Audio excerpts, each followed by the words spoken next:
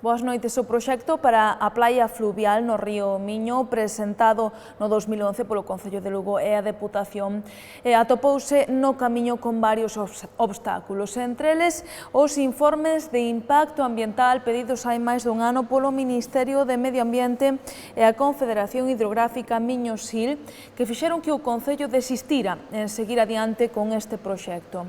Agora o Goberno local decidiu reformalo para axilizar os trámites e, segundo reza un comunicado enviado onte, que os veciños poidan desfrutar desta infraestrutura este verán.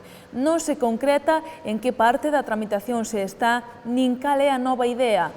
O que si matiza é que os técnicos municipais traballan na petición de novos permisos e no novo proxecto que será menos invasivo.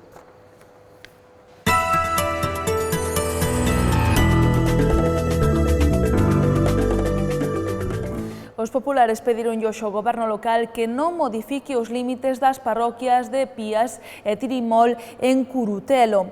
Segundo denunciou hoxe Manuel López, os veciños deste lugar recurriron no pasado mes de agosto esta modificación e aínda non recibiron resposta do Concello de Lugo.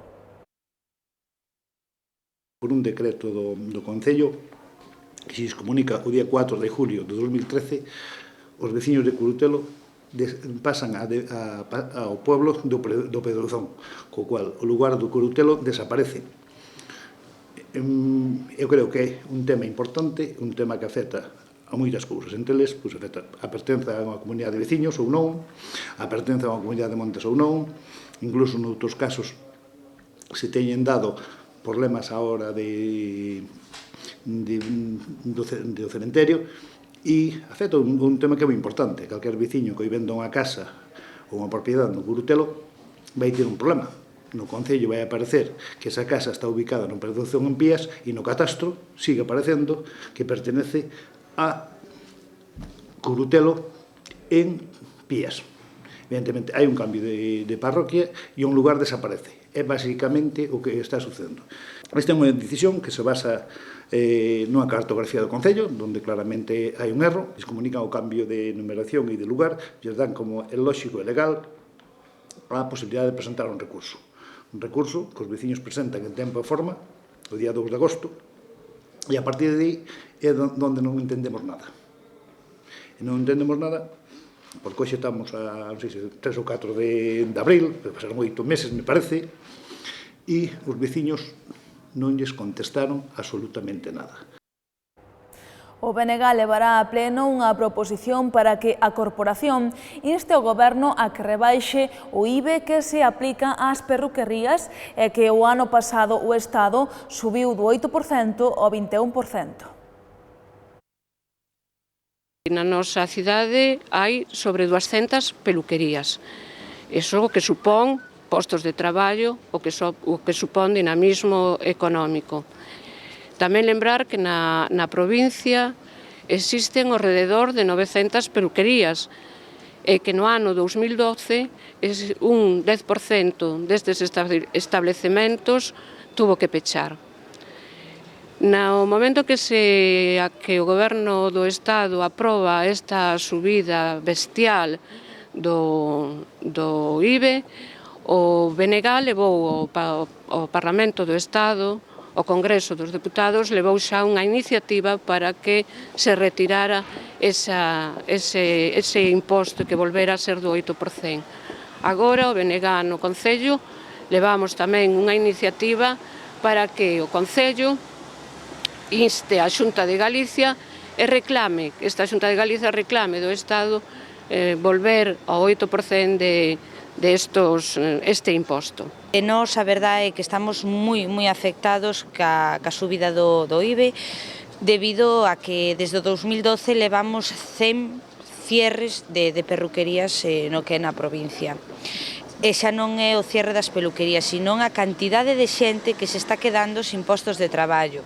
Entón, nos pedimos, desde do nosa profesión, que para nós é un arte, que por favor que nos baixen un pouquiño ese IVA, porque nós non podemos facer cara a eso, debido a que os precios non podemos subir 13 puntos, porque o cliente hoxe tampouco non pode pagar eses 13 puntos que hemos subido.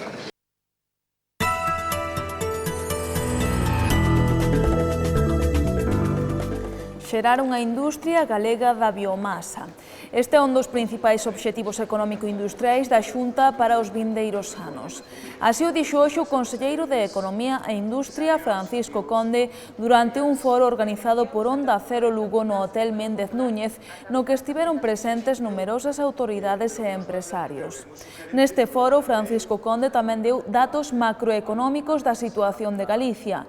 Dixo que é unha das 3 comunidades autónomas que mellor aguantaron a crise, a terceira de España coa mellor evolución do PIB e a segunda na que menos aumentou a débeda. A aposta é crear unha industria da biomasa en Galicia. Empezamos por poñer a disposición dos contribuintes unha serie de axudas para poder cambiar esas caldeiras, pero xa lles digo que a aposta é a industria da biomasa. Eu creo que aí hai unha gran capacidade de percorrido e, dende logo, Lugo ten unha oportunidade tamén aí, porque ten biomasa, ten iniciativas empresariais e, lóxicamente, a capacidade de desenvolvemento e de innovación en ese ámbito será moi importante. Solo podo decir unha cousa, que está comprometido gran parte do goberno, a Consellería de Medio Rural, o IGAPE, a Xencia Galega de Innovación, o CIS Madeira e o INEGA. Están traballando todos para desenvolver unha industria de biomasa. Non é fácil, pero, dende logo, vemos que aí hai unha oportunidade de xerar valor engadido en Galicia. Como lles decía, temos o produto, temos o coñecemento, e o que nos falta, efectivamente, é seguramente estar en todos os ámbitos da cadea de valor da biomasa. Ese é un reto de goberno. Estamos 2 consellerías, 3 axencias, traballando para apoiar o desenvolvemento da biomasa. E Lugo debería estar aí.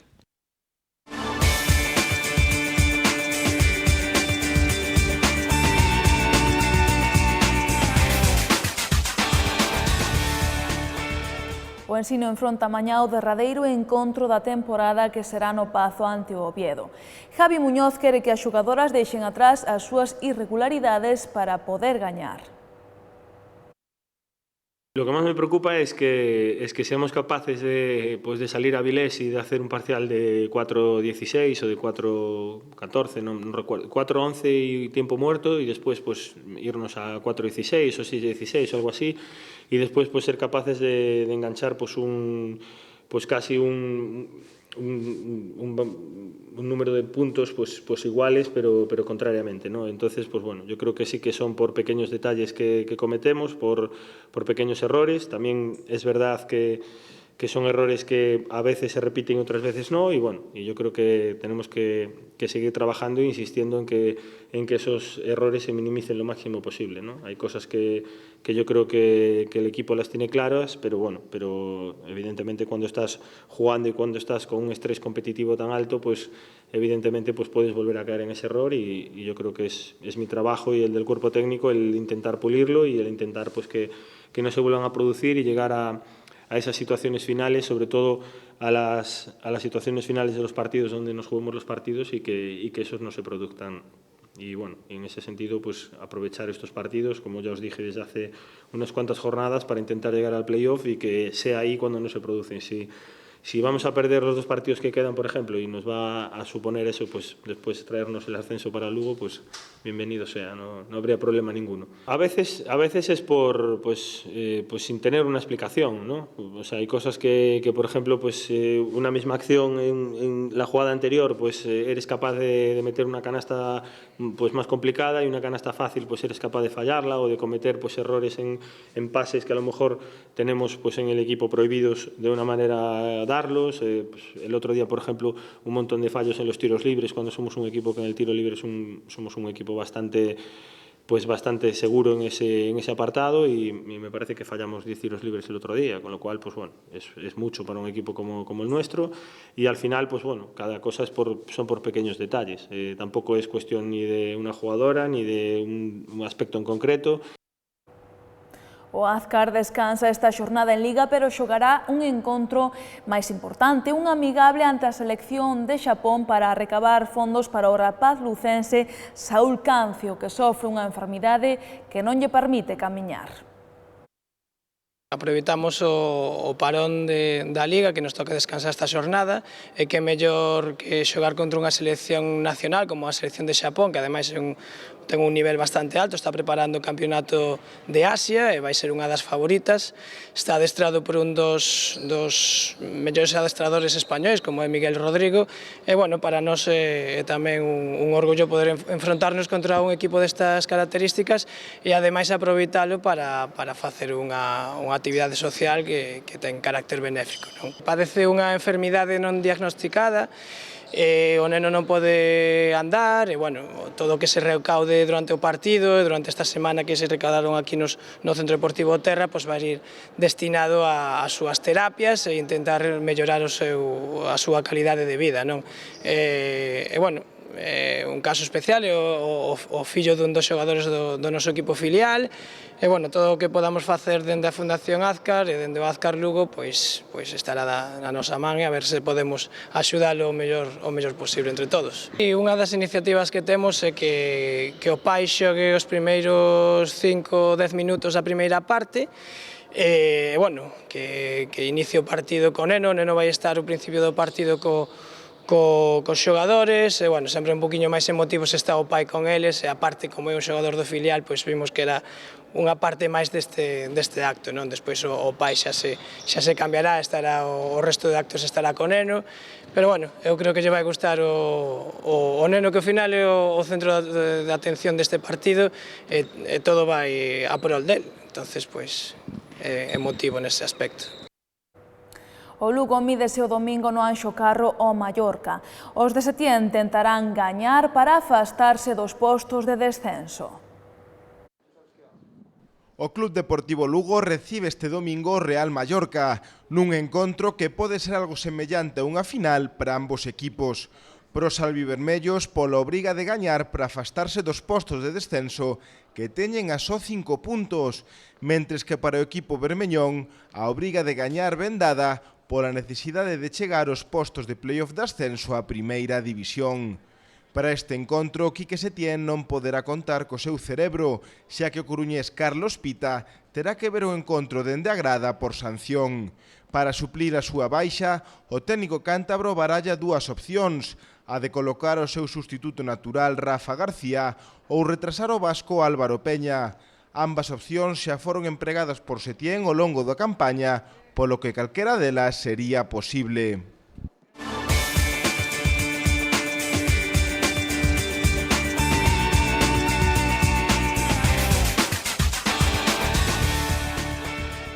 Despedímonos coa mostra estatutaria de Iván Prieto que se pode ver na Galería Clérigos. Pero lembren que a información continúa como sempre no xornal El Progreso e no portal do grupo elprogresogaliciae.com. Que teñan moi boa fin de semana. Vémonos o vindeiro luns. Boas noites.